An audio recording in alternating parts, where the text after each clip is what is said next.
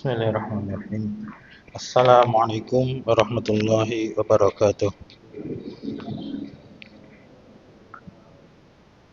Innal hamdalillah nahmaduhu wa nasta'inuhu wa nastaghfiruh wa na'udzu billahi min shururi anfusina wa min sayyiati a'malina.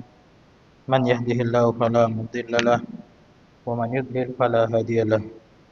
Asyhadu an la ilaha illallah wahdahu la syarika lahu wa asyhadu anna Muhammadan abduhu wa rasuluh. Allahumma salli wa sallim wa barik ala nabiyyina Muhammad wa ala alihi wa sahbihi wa man tabi'ahum bi ihsanin ila yaumil qiyamah.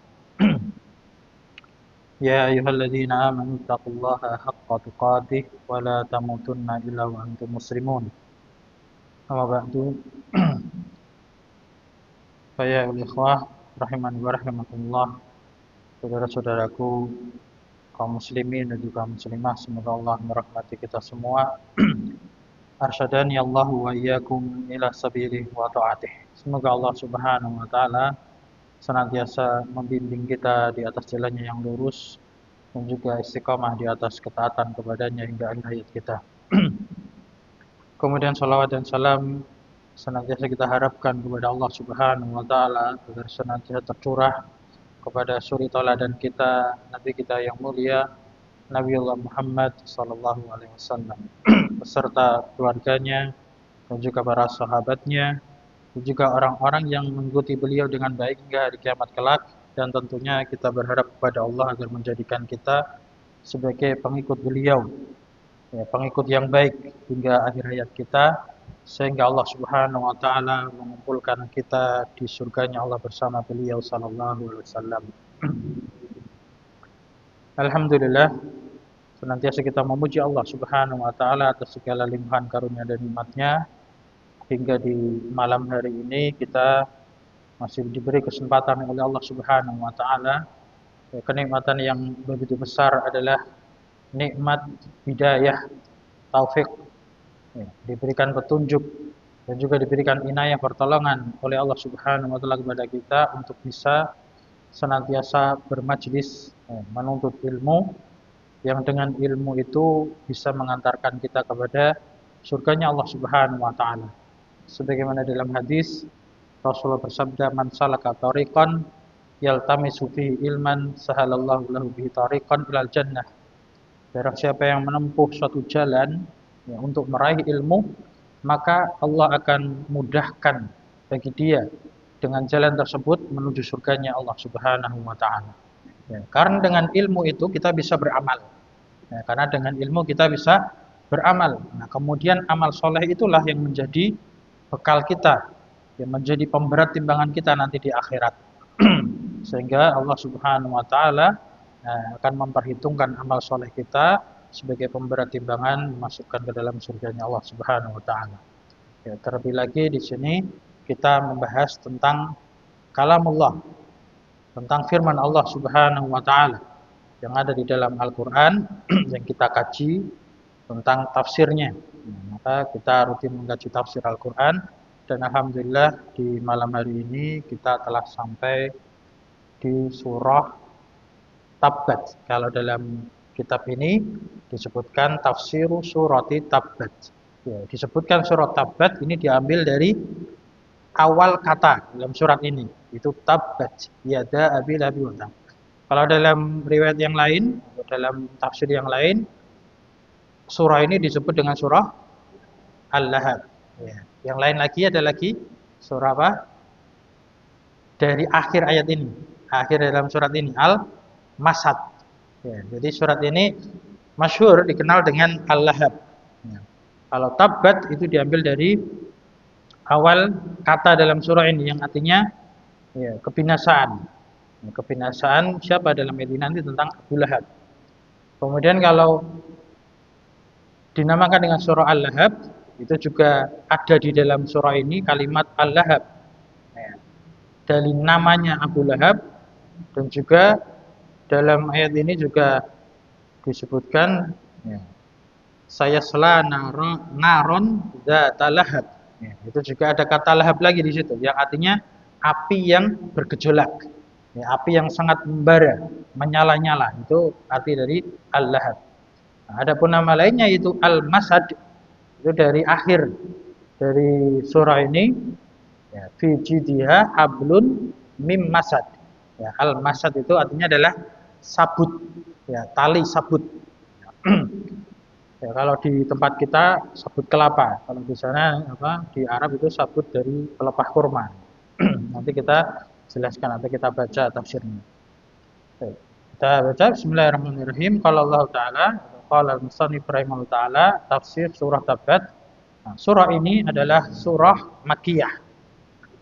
Penulis mengatakan surah ini surah Makkiyah dan ini disepakati oleh para ulama ahli tafsir.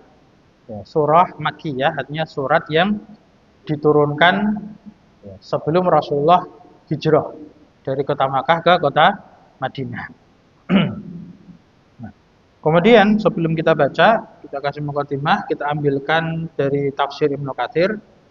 Al-Imam Ibnu Katsir rahimahullah taala membawakan beberapa riwayat dari hadis Nabi sallallahu alaihi wasallam yang dibawakan oleh Imam Bukhari rahimahullah taala tentang asbabun nuzul. Ya, sebab turunnya ayat ini.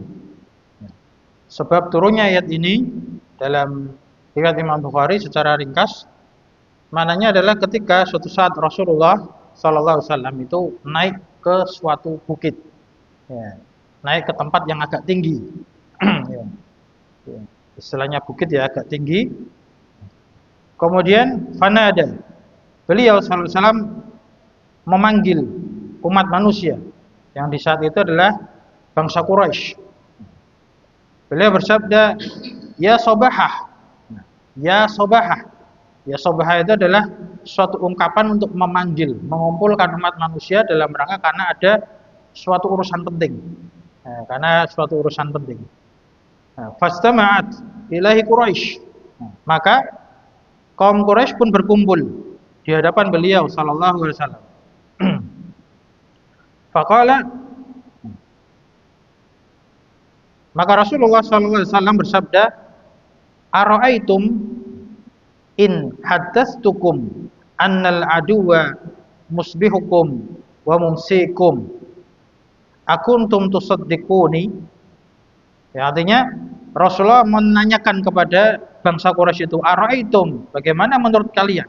Apa pandangan kalian apabila aku menyampaikan, in haddastukum, apabila aku menceritakan kepada kalian, menyampaikan kepada kalian, annal aduwa, bahwasanya musuh, musuh itu sudah di hadapan kalian.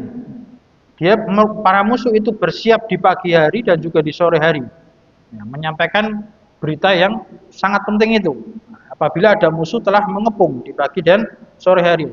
Ya, maka Rasulullah menanyakan pandangan kaum Quraisy, akuntum tusaddiquni, apakah kalian mempercayaiku? Ya, maka kalau bangsa Quraisy di situ mayoritas bangsa Quraisy mengatakan na'am, ya, iya, kami membenarkanmu. Mereka bangsa Quraisy di situ masih campur, ada yang beriman, ada yang belum beriman. Nah, maka di saat itu kenapa mereka mempercayai Nabi kita Muhammad SAW? Dikarenakan kita mengetahui dalam sejarah, dalam sirah Rasulullah SAW, Nabi kita yang bernama Muhammad bin Abdullah bin Abdul Muttalib Sallallahu Alaihi Wasallam, sebelum jadi Nabi, berarti di usia berapa beliau jadi Nabi? Di usia 40. Kemudian 23 itu kenabian, 13 di Makkah, kemudian 10 tahun di Madinah. Nah, sebelum jadi Nabi, beliau sallallahu alaihi wasallam itu memiliki gelar, ya, memiliki julukan Al-Amin. Masya Allah. Jadi memiliki gelar orang yang amanah, orang yang dipercaya.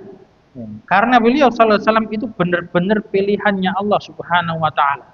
Beliau adalah Al-Mustafa. Mustafa itu artinya orang terpilih.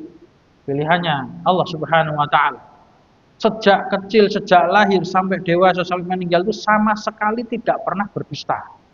Sama sekali tidak pernah berdusta. Sehingga semua, ya, kaum Quraisy itu, baik yang mukmin ataupun yang tidak mukmin, apalagi ini konteksnya sebelum kenabian Nabi, mereka percaya kepada orang yang bernama tadi, Nabi Muhammad bin Abdullah bin Abdul Muthalib sallallahu alaihi wasallam. Sehingga ketika beliau sallallahu alaihi wasallam menyampaikan sesuatu, mereka pun percaya. Mereka pun percaya. Dan mereka itu dari dulu itu sepakat itu tentang keamanahan, kejujuran, bahkan kebijaksanaan Nabi kita Muhammad sallallahu alaihi wasallam. Ya, bahkan ada cerita yang luar biasa yang masyhur dalam sirah itu, ketika kabilah-kabilah dari bangsa Quraisy itu berselisih pendapat, ya, ketika memugar Ka'bah, bangunan Ka'bah itu ketika dipugar, nah, mereka berselisih ketika ingin meletakkan apa? Hajar Aswad. Ya. Berselisih mereka akan meletakkan Hajar Aswad sampai berebut. Ya, bahkan hingga 4 sampai 5 hari itu. Sejarahnya 4 sampai 5 hari suasana tegang sampai mereka bersumpah mau menumpahkan darah, siap berperang untuk berebut memasang Hajar Aswad ke tempatnya. Hingga orang yang paling sepuh di kaum Quraisy itu mempunyai ide, ya, mengatakan kepada kaumnya, bagaimana menurut kalian apabila kita menyerahkan keputusannya, yang menjadi hakim yang memutuskan ini nanti adalah orang yang pertama kali masuk ke Masjidil Haram, yang masuk ke jalan arah Ka'bah itu.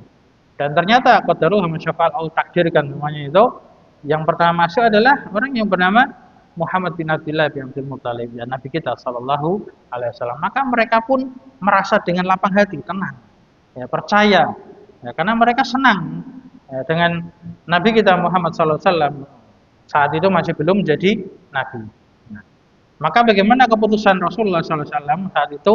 Beliau memutuskan setiap kabilah itu memegang ujung kain. Jadi ada 4 kabilah besar. 4 kabilah besar, kain kan sisinya ada 4, ya, masing-masing pegang ujungnya, kemudian batunya ditaruh di kainnya itu. Insya Allah ini benar-benar kebijakan dari Rasulullah, ini mukjizat juga, menunjukkan mukjizat betapa cerdasnya gitu apa Rasulullah Shallallahu Alaihi Wasallam. Nah, sehingga mereka tidak berebut, masing-masing membawa Hajar Aswad itu mendekat kepada Ka'bah, kemudian beliau sallallahu alaihi wasallam meletakkan batunya ke Hajar Aswad. Hajar Aswad ke Ka'bah itu. Nah, itu merupakan sejarah yang membuktikan bahwasanya Nabi kita Muhammad Sallallahu Alaihi Wasallam itu dipercaya oleh kaum Quraisy. Nah, cuman herannya, ini hal yang tidak masuk akal itu ketika apa? Nabi kita Muhammad Sallallahu Alaihi Wasallam menjadi seorang nabi, diangkat sebagai seorang nabi yang dakwahnya adalah mentauhidkan Allah. Nabi SAW berkata kepada kaum Quraisy, "Qulu la ilaha illallah." Ucapkanlah kalimat la ilaha illallah, kalimat tauhid. Itu artinya tidak ada sesembahan yang benar kecuali hanya Allah. Nah, ketika beliau sallallahu alaihi wasallam mendakwakan tauhid ini, mendakwakan nubuwah, risalah dari Allah Subhanahu wa taala, maka mereka serta-merta langsung apa? Menolak. Apa alasannya? Ya, ini adalah alasan klasik yang terjadi di mana saja itu terjadi. Ya, di sekitar kita pasti juga kita alami itu. Alasannya apa? Mengikuti adat tradisi kakek moyang, nenek moyang. Jadi ketika kakek moyang kita itu sesembahannya banyak, mereka menyembah berhala-berhala, ya tidak mau meninggalkan ajaran kakek moyang, nggak mau meninggalkan adat tradisi budaya. Ini sudah merupakan apa? Budaya yang harus turun-temurun diwarisi dan dilestarikan. Alasannya gitu. Ya, padahal mereka itu percaya bahwasanya orang yang bernama Muhammad bin Abdullah bin Abdul Muthalib sallallahu alaihi wasallam, nah, itu adalah orang yang amanah, orang yang jujur, terpercaya, nggak pernah berdusta. Kemudian diangkat menjadi nabi, mendapatkan wahyu dari Allah Subhanahu wa taala untuk menyatukan barisan, ya, menyatukan umat manusia menuju apa? Tuhan yang satu. Kan persatuan kan sebenarnya suatu yang nikmat, suatu yang bagus kan? Yang tadinya berhalanya banyak, sesembahnya banyak, itu mereka, hati mereka itu terpecah belah. Ada yang condong kepada Lata, ada yang condong kepada Uzza, ada yang condong kepada mana, itu mereka terpecah belah. Nah, coba kalau Tuhannya itu hanya satu, Sesembahannya hanya satu, yaitu Allah Subhanahu wa taala, maka kita akan terjaga persatuan dan kesatuannya. Nah, harusnya gitu. Ya, tapi karena tadi lebih mengikuti agama kakek moyang, tradisi budaya, nah, mementingkan egonya itu, maka mereka tidak mau menerima dakwah Rasulullah Shallallahu Alaihi Wasallam. Nah, kemudian melanjutkan tentang asbabun nuzul daripada surah ini, ya, setelah Rasulullah Shallallahu Alaihi Wasallam mengumpulkan manusia, kemudian mereka pun mempercayainya, ternyata ada satu orang yang protes. Gitu. Ada satu orang yang protes, yaitu siapa? Pamannya Nabi Shallallahu Alaihi Wasallam yang bernama Abu Lahab. Ya, mereka nyepelekan. Ya. Abu Lahab mengatakan secara makna, ya, apakah hanya karena seperti ini saja kamu mengumpulkan manusia? Jadi dianggap sepele itu. Hanya karena permasalahan ini saja kamu mengumpulkan manusia. Karena apa? Abu Lahab menganggap tidak ada masalah, tidak ada hal yang genting waktu itu, masih aman-aman saja kondisinya. Nah, maka ketika seperti itu, ya, Abu Lahab mengatakan tabban lak, ya, celakalah kamu. Tabban itu artinya celaka. Lak itu ditujukan kepada Nabi Muhammad, ini ucapan Abu Lahab. Nah, ketika Abu Lahab mengatakan tabban laka, celakalah kamu Muhammad, maka Allah Subhanahu wa taala menurunkan ayat ini. Tabbat yada abi lahabi wa tab. Celakalah kedua tangannya Abu Lahab. Wa tab, dan benar-benar celaka dia. Nah, ini asbabun nuzul. Kenapa turunnya ayat ini? Allah membela nabinya. Allah membela rasulnya ketika ada orang yang mengatakan tabban laka, celakalah kamu, maka malah justru orang yang mengucapkan itulah yang mendapatkan kecelakaan. Nah, kemudian kenapa di sini menggunakan yada? Tabbat yada abi, celakalah kedua tangannya, ya gitu. Nah, kok ada kalimat kedua tangan itu apa? Satu sisi, yada, dua tangan itu, ini hanyalah ibarat ungkapan yang artinya itu di hadapannya. Seperti misalkan kita mengatakan bukumu di mana? Itu buku di hadapanmu. Nah, itu bahasa Arabnya Alkitabu baina yadaik. Kitab itu ada di hadapanmu, di hadapan kedua tanganmu. Jadi kecelakaan itu benar-benar, kebinasaan itu benar-benar ada di hadapannya Abu Lahab. Satu sisi itu. Sisi yang lain ternyata dalam riwayat yang lain itu ketika Abu Lahab mengatakan tabban laka kepada Nabi kita Muhammad, dia sambil apa? Yanfudu yadai, sambil mengibaskan kedua tangannya. Jadi kayak apa? Menyepelekan. Kalau mungkin kalau dipraktekkan ya wallahu alam. Nah, kalau dipraktekkan mungkin alah ya, seperti gitu. Kayak ngusir itu. Jadi mengibaskan tangannya, celakalah kamu gitu. Jadi mengibaskan kedua tangannya, maka celakalah kedua tangan Abu Lahab. Nah, itu asbabun nuzul. Kemudian tambahan wawasan untuk kita ya. Pamannya Nabi SAW yang terkenal itu ada berapa, Pak? Tentang kertas. Pamannya Nabi, ini sirah, apa untuk menambah wawasan tentang sejarah Nabi. Pamannya Nabi SAW itu yang terkenal ada 4. Ada 4. 3, asalnya itu keempat-empatnya itu mereka semua bahagia ketika lahirlah ya keponakannya. Itu Nabi kita Muhammad bin Abdullah bin Abdul Muttalib. Jadi ayah Nabi kita namanya Abdullah bin Abdul Muttalib. Nah, ini keempat pamannya itu awalnya itu bahagia ketika lahir. Ya, Rasul kita Shallallahu Alaihi Wasallam. Nah, namun setelah jalannya perkembangan itu, jalannya perjalanan beliau kemudian diangkat jadi nabi, yang 3 itu masih setia melindungi keponakannya, masih sayang dengan keponakannya. 3 itu masih sayang. Nah, yang 1 ini yang menjadi ujian, yaitu Abu Lahab ini. Abu Lahab. Kemudian kenapa kok namanya Abu Lahab? Nah, Lahab itu sama seperti nanti artinya Lahab itu api yang bergejolak, api yang menyala-nyala. Itu dikarenakan wajahnya itu sangat tampan itu Abu Lahab itu. Wajahnya itu putih, tampan. Nah, namun ketika marah itu wajahnya memerah, menyala-nyala. Jadi biasanya kan gitu, kalau orang yang kulitnya putih, kalau marah kan kelihatan merah wajahnya. Kalau kulit hitam itu sama aja marah atau enggak, kulit ireng ya, enggak kelihatan itu. Jadi kalau kulitnya putih itu ganteng bagus, itu kalau marah kelihatan, malu juga kelihatan. Kalau pas malu itu merah merona. Nah, Nah, itu kenapa dikatakan Abu Lahab seperti itu? Kalau nama aslinya itu Abdul Uzza bin Abdul Muttalib. Jadi dia penyembah apa? Berhala Uzza itu. bin Abdul Muttalib. Jadi ini pamannya Nabi. Satu itu yang ya, menjadi apa? Musuhnya Rasulullah SAW ketika beliau diangkat menjadi nabi. Adapun yang tiga itu yang satu Abu Thalib. Abu Thalib itu ayahnya Ali. Ali bin Abi Thalib radhiyallahu taala anhu.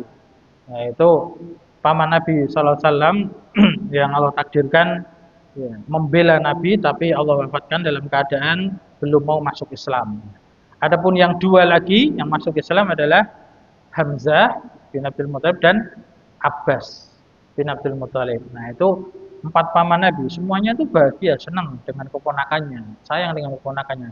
Cuman ya itu tadi, Allah sudah membuat apa?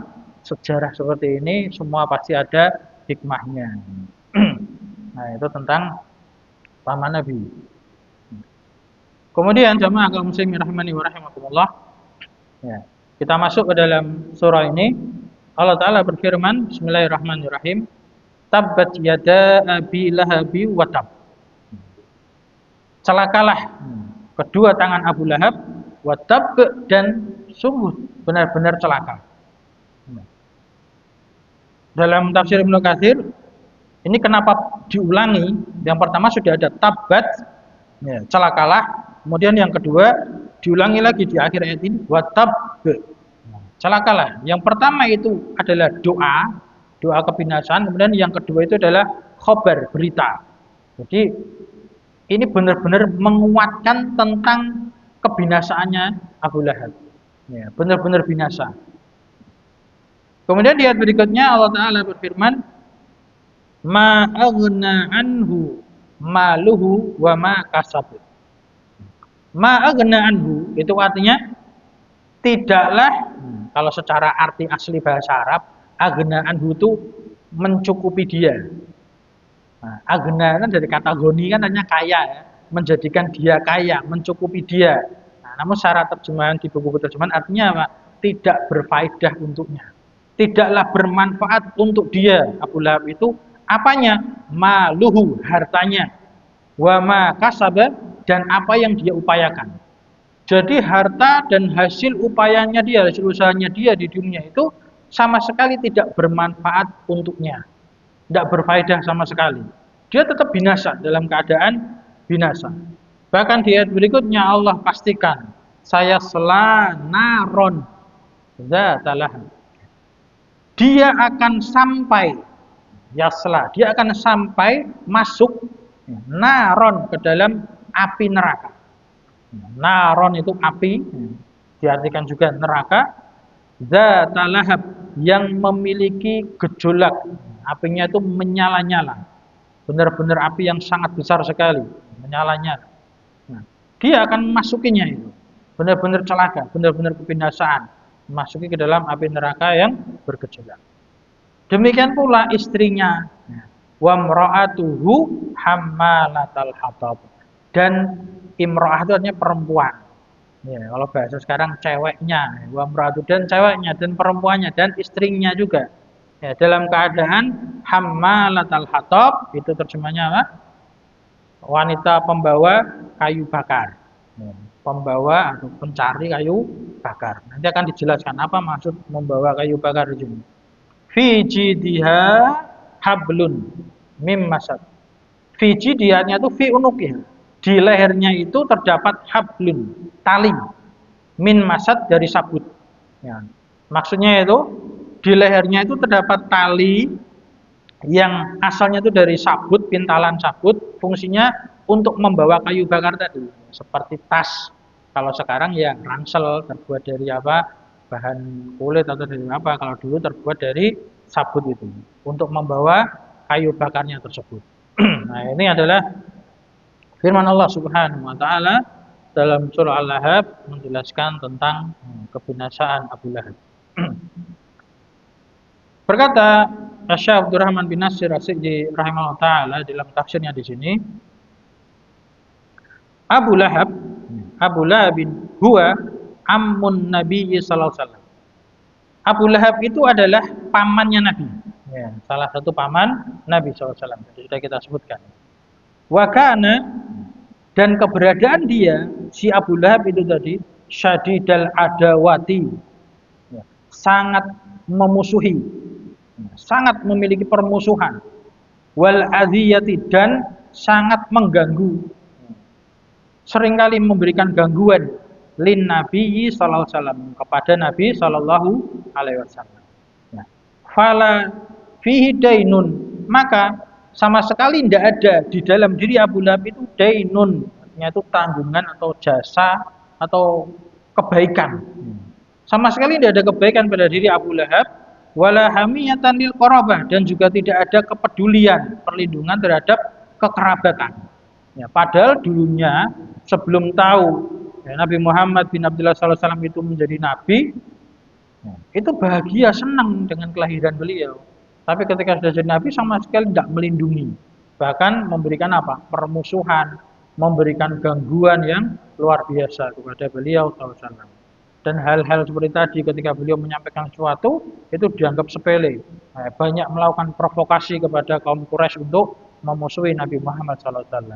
Jadi sama sekali beliau itu tidak punya jasa, ya, tidak punya apa kebaikan terhadap Nabi Sallallahu Alaihi Wasallam.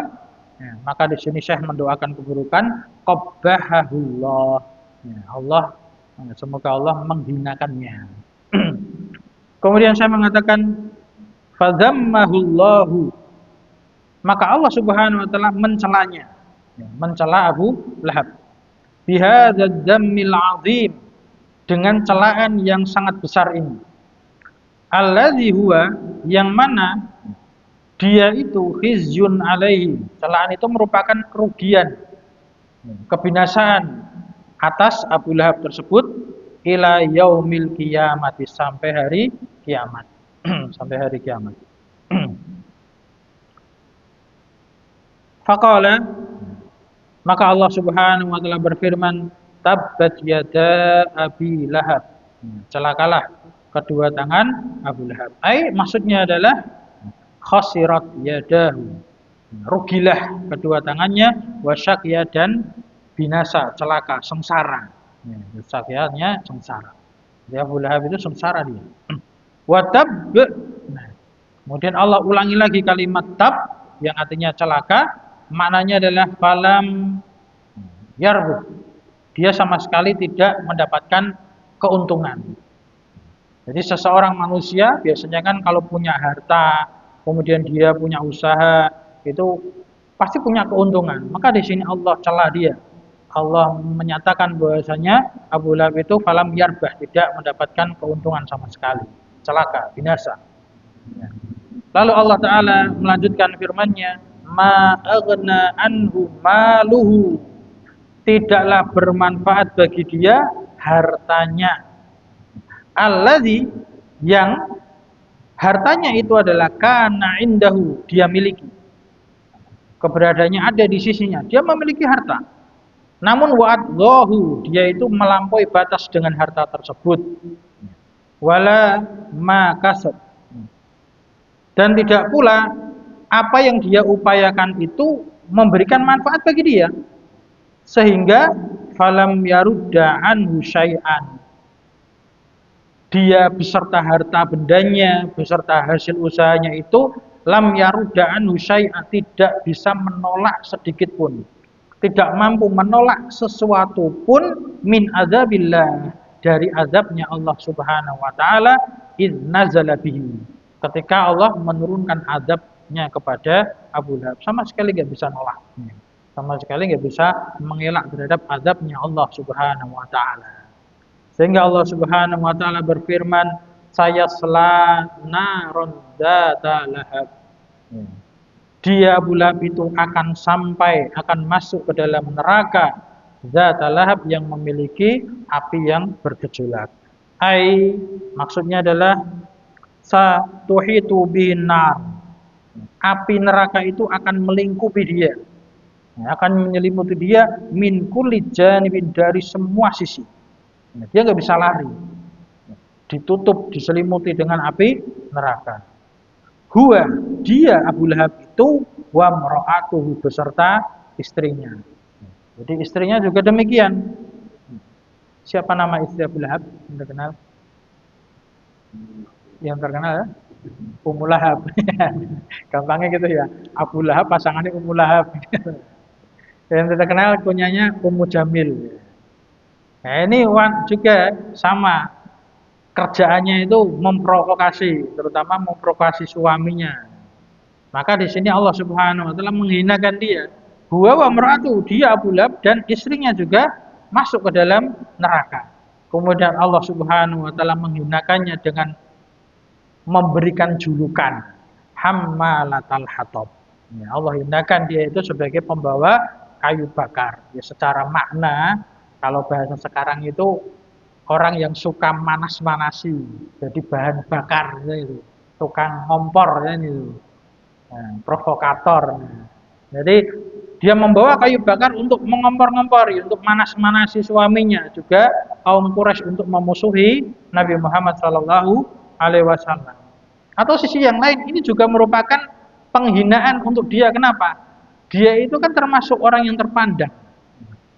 Jadi Abu Lahab itu kan termasuk keturunan Abdul Muthalib, kakeknya Rasulullah, kan pamannya ini. Nah, sedangkan Rasulullah itu kan berasal dari keluarga yang terpandang, ya, keluarga yang istilahnya itu priai, nah, atau apa, punya kedudukan di masyarakatnya. Nah, namun di sisi yang lain, ketika sifatnya itu buruk terhadap Nabi kita Muhammad SAW, maka Allah pun hinakan, ya, istrinya Abu Lahab itu. Seperti apa? Seperti pencari kayu bakar, pengumpul kayu bakar, yang mana pengumpul kayu bakar itu kan pekerjaan yang rendahan kalau di masa itu kan itu. Nah, jadi ketika seorang bangsawan kok ternyata dicap tukang cari kayu apa? Cari kayu bakar, tukang rosok lah bahasanya kan gitu. Nah, ini kan merupakan penghinaan ya, dari Allah Subhanahu wa taala kepada istri Abu Lahab tersebut. Nah, ini beberapa penafsiran seperti ini. Nah, ini adalah hinaan dari Allah Subhanahu wa taala.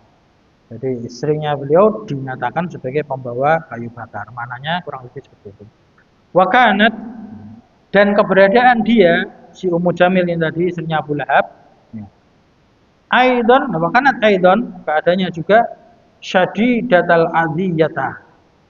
Syadidatal adiyati. Sangat mengganggu. Sangat memberikan gangguan li Rasulillah sallallahu alaihi wasallam, kepada Rasulullah sallallahu alaihi wasallam.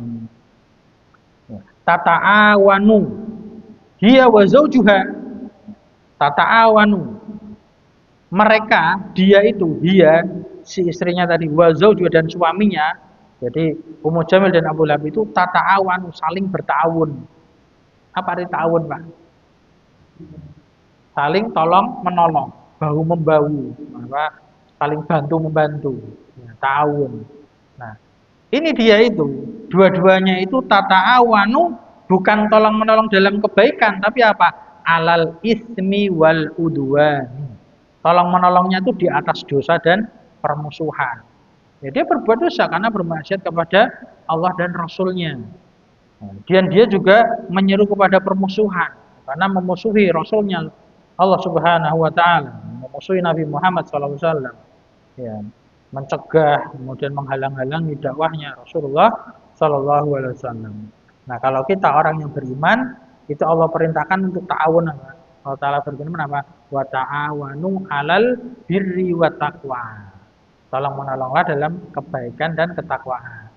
Nah, larangannya apa? Wala ta'awanu 'alal itsmi wal udwan, dan jangan tolong menolong dalam dosa dan permusuhan. Jadi kalau kita mukmin, muslim yang baik, itu hendaknya saling tolong menolong dalam kebaikan dan ketakwaan.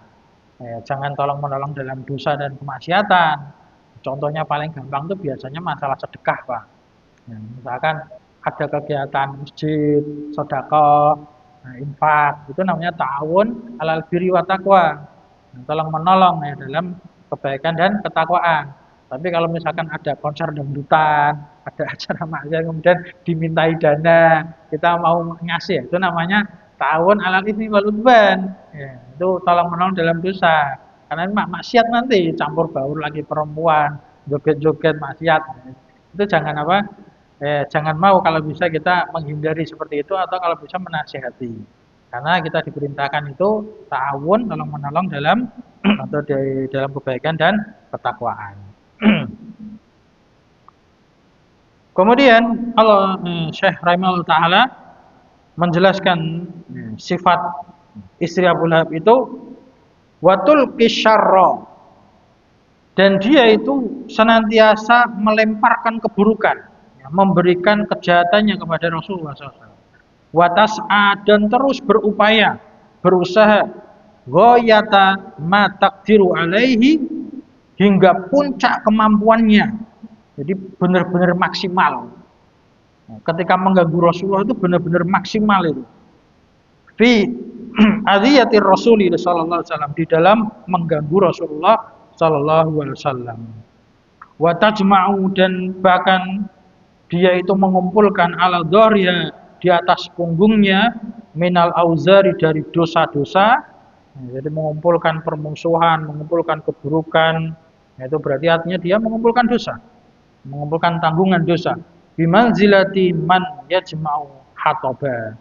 Ya, seperti kedudukan orang yang mengumpulkan kayu bakar. Orang kalau butuh, orang yang kerjaannya kayu bakar itu nyantai-nyantai aja atau rekoso atau yang pados kayu bakar itu biasanya kan rekoso gitu. Beda kalau orang kaya kan kerjaannya santai. Kadang orang kaya aja rekoso, apalagi orang miskin cari kayu bakar benar-benar sengsara, berusaha nyari keras kayu bakar. Jadi benar-benar berusaha keras, maksimal itu. Dalam mengganggu Rasulullah itu sampai diibaratkan seperti orang yang mengumpulkan kayu bakar. Qad a'adalahu fi unuqihi. Nah, yang pencari kayu bakar itu sudah mempersiapkan fi unuqihi, di lehernya yang ke belakang itu apa? Hablan, tali. Ya, min masad, dari sabut. Ya, tali dari sabut. Yaitu yang jadi tasnya itu istilahnya, yang untuk apa? Mengikat kayu bakarnya tersebut. Ai min laifin. Ya, laif itu artinya tadi pintalan. Masad itu sabut, laif itu pintal. Jadi dari sabut yang dipintal, yang menjadi tas untuk membawa kayu bakar. Atau annaha tahmilu finnaril hataba ala zaujiha.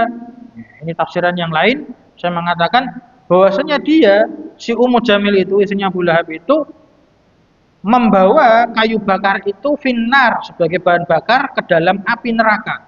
Ya, al-hatab, dia membawa kayu bakar tersebut dimasukkan ke dalam api neraka, ya, untuk membakar ala zaujiha, suaminya itu. Jadi Allah hinakan suami istri yang tadinya tolong menolong dalam apa dosa, maka di akhirat, nah itu Allah ancam suami istrinya itu saling membakar di dalam api neraka. Jadi istrinya itu justru mempersiapkan api untuk suaminya, waliyadzubillah.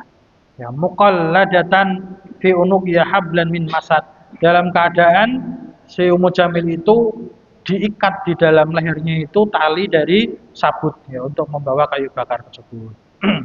Kemudian yang terakhir dari beliau rahimahullah taala, wa ala kullin, dan atas semua pembahasan ini, wa fi hadhihi surah, maka di dalam surat ini, surah Al-Lahab atau Al-Masad tadi, ayatun bahiratun, terdapat ayat yang sangat terang benderang, yang sangat nyata, min ayatillah, dari ayat-ayatnya Allah Subhanahu wa taala.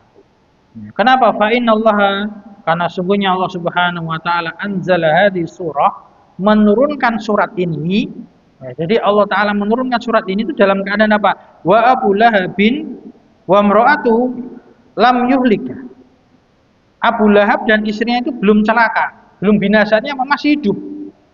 Ayat ini turun, ini Abu Lahab dan istrinya itu masih hidup, belum mati. Ya, karena tadi kan sebab nuzulnya ketika Rasul mengumpulkan orang kemudian menjelaskan bahwasanya saya Nabi, kalau kalian itu percaya atau enggak, sedangkan Abu Lahab malah mengatakan tabban laka tadi. Berarti masih hidup kan? Nah, surat ini Allah turunkan dalam keadaan Abu Lahab dan istrinya itu belum celaka, masih hidup. Ya, berarti ini menunjukkan apa? Nubuwah, menunjukkan kenabian Nabi sallallahu alaihi wasallam ketika menceritakan suatu kejadian yang belum terjadi, kok bisa? Kan nggak mungkin orang itu ngarang. Kok bisa sedemikian rupa ada surat, ada ayat bunyinya seperti ini tentang kebinasaan nanti di akhirat. Ya, itu nggak mungkin dikarang oleh manusia. Dan orang-orang Quraisy pun tahu bahwasanya Nabi kita Muhammad bin Abdullah SAW adalah orang yang jujur, amanah, nggak mungkin berdusta. Ya. Wa akhbaro annahuma, dan Allah Subhanahu wa taala mengabarkan bahwasanya keduanya itu Abu Lahab dan istrinya sayu'adzabani, akan diadab finnari, di neraka, wala budda, dan itu pasti. Ya. Wa min lazimi dzalika, dan di antara kelaziman dari turunnya surat ini annahuma, bahwasanya mereka berdua itu la yuslimani, tidak akan masuk Islam. Dan benar sampai mati ya nggak masuk Islam. Kenapa? Karena sudah diancam apa? Diancam kebinasaan. Kan nggak mungkin Allah sudah ancam kebinasaan kemudian di akhir ayatnya kok tobat. Ya berarti nggak jadi suratnya itu, batal, nggak mungkin. Nah, ini menunjukkan benar-benar ini adalah nubuahnya Rasulullah SAW yang Allah turunkan kepadanya. Jadi mereka berdua sampai mati nggak Islam. Beda kalau misalkan seperti tanda kenabian ketika Nabi menyatakan sahabat Abu Bakar, Umar, Utsman, Ali, dan sahabat-sahabat yang disebut namanya sebagai penghuni surga, maka sampai meninggalnya mereka radhiyallahu taala anhum ajmain itu berada di atas keimanan, nggak ada yang murtad, nggak ada yang keluar dari Islam, nggak ada yang maksiat, nggak ada yang berbuat kesyirikan atau kekufuran. Itu menunjukkan apa? Itu juga menunjukkan kenabian. Masih hidup tapi kalau sudah menjelaskan ya Abu Bakar, Umar, Utsman, Ali radhiyallahu taala anhum ajmain semuanya masuk surga. Itu juga menunjukkan kenabian. Nah, demikian sebaliknya, ada orang-orang yang masih hidup dinyatakan nanti bakal masuk neraka. Nah, berarti sampai mati nggak akan tobat. Sampai mati dia nggak masuk Islam. Nah, fawaqa'a, maka terjadilah kama akhbaro, sebagaimana apa yang telah dikabarkan oleh alimul ghaib, yang maha mengetahui perkara yang gaib, itu Allah Subhanahu wa taala, wasyahadah, dan yang maha mengetahui perkara yang nampak jelas. Alhamdulillah, ini tafsir ringkas dari surah Al-Lahab atau Al-Masad atau surah Tabat. Semoga bermanfaat bagi kita, semoga menambah keimanan dan ketakwaan kita. Semoga Allah Subhanahu wa taala memberikan taufik hidayah kepada kita semua. Aku qouli hadza, astaghfirullahaladzim li wa lakum wa lisairil muslimin wal muslimat, fastaghfiru innahu wal ghafurur rahim. Subhanakallahumma wa bihamdika, asyhadu an la ilaha illa anta, astaghfiruka wa atubu ilaik. Wassallallahu ala nabiyyina Muhammad.